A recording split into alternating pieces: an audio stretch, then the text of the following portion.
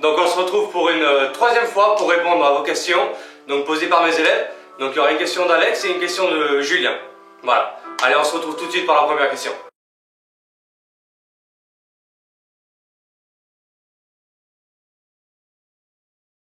Alors, Julien, tu m'as posé la question, faut-il bloquer sa respiration lors d'un effort physique? Quand tu t'es entraîné en salle, quelqu'un est venu te voir et t'a dit attention, il ne faut pas bloquer cette respiration parce que tu l'avais fait. Donc, d'un côté, il a raison, parce que si tu souffres de problèmes cardiovasculaires, de troubles cardiovasculaires, faut pas le faire, ça va de soi. Par contre, toi, tu es jeune, tu es en bonne santé, tu as la gouache, tu n'as aucun problème cardiovasculaire, donc tu dois le faire à un certain moment et savoir comment le faire. Donc, qu'est-ce que ça va t'apporter? Ça va permettre de gagner en force et de te protéger. C'est un réflexe à la base de bloquer cette respiration. Alors, le blocage respiratoire lors d'une charge lourde, c'est un réflexe, comme je t'ai dit, naturel. Ses avantages sont d'accroître la protection de la colonne en augmentant la pression intra-abdominale. On abaisse le stress cérébrovasculaire. Donc ça, c'est une étude d'Eikowski qui a été faite en 2003. Après, on va aussi engendrer une cardioprotection. Pareil, c'est le même auteur, mais c'est une autre étude qui a été faite, celle-là, en 2001.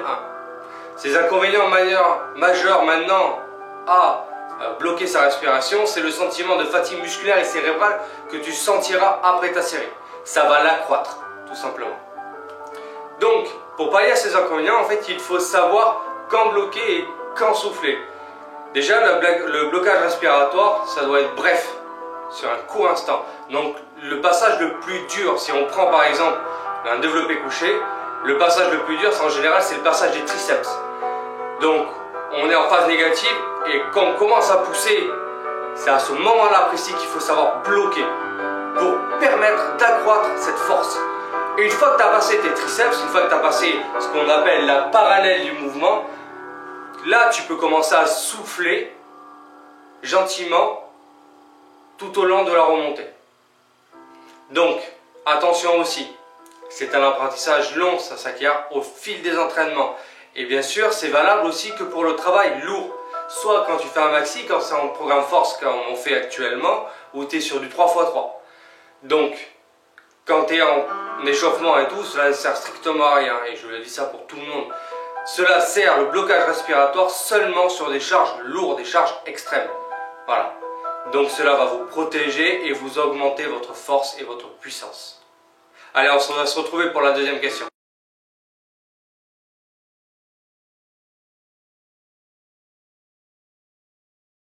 Donc on se retrouve pour la deuxième question posée par Alexandre. Donc qu'est-ce que je pense de faire une grosse prise de masse?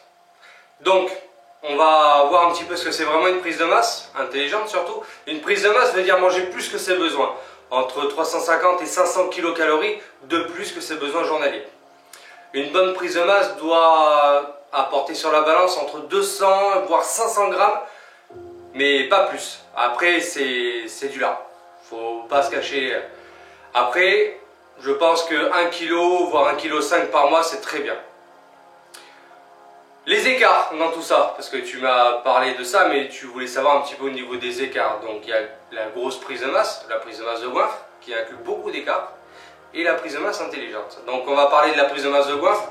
Donc les écarts sont primordiaux d'abord psychologiquement. Les élèves qui sont avec moi le savent, en sèche, pas d'écart. Par contre en prise de masse, je les autorise un peu plus, mais des écarts intelligents. Donc 2 écarts. Le gros écart du style pizza, McDo, frites doivent rester exceptionnels. C'est ce que j'appelle des gros écarts, des écarts plaisir. Une fois tous les 2 mois. Après, il y a les petits écarts. Donc ça, c'est les écarts psychologiques. C'est très dur de se restreindre pendant qu'on est en sèche au régime. Si on le fait sur 1 an, ça va être encore plus dur. Donc autant se faire un petit peu plaisir. Donc les écarts psychologiques, c'est une petite part de gâteau en plus quand on est sur un anniversaire, une petite coupe de champagne, un petit verre, un petit peu de maillot. Maison bien sûr. Donc voilà, c'est des écarts que j'accorde parce que c'est des écarts surtout psychologiques, on en a besoin. Par contre, 2 prises de masse, comme j'ai dit, la grosse prise de masse, donc celle-là, elle va être utilisée pour faire une prise de force. Donc quelqu'un qui va manger beaucoup plus que ses besoins. Donc c'est ce que font en général beaucoup de power. Je l'ai fait aussi où j'ai pris sur des prises de masse 10 à 12 kg pour passer des paliers sur des barres. Je le fais encore hein, actuellement. Là vous avez vu une performance que j'ai fait il n'y a pas trop longtemps au développé couché où j'ai fait ma répétition max. Et là pendant 2-3 semaines j'ai mangé pas mal, beaucoup même. Donc cette prise de masse là c'est bien pour les ectomorphes ou quand tu es sur des programmes force. Quand tu fais une prise de masse axée plus sur de l'hypertrophie, là on reste régulier entre, comme j'ai dit, 300-500 kcal maximum, suivant le type de morphotype que tu es. Donc, par contre, pas de secret. Pour pousser, il faut manger. Mais manger intelligemment et surtout raisonnablement. Le plus dur en prise de masse, c'est trouver le juste milieu. Donc j'espère avoir répondu à ta question. Je tenais à tous vous remercier de me suivre au fil de mes vidéos, d'être de plus en plus d'abonnés sur ma chaîne, de plus en plus à me suivre aussi sur Facebook, via ma page. Donc je vous remercie chaleureusement et je vous souhaite une très très bonne soirée. Merci.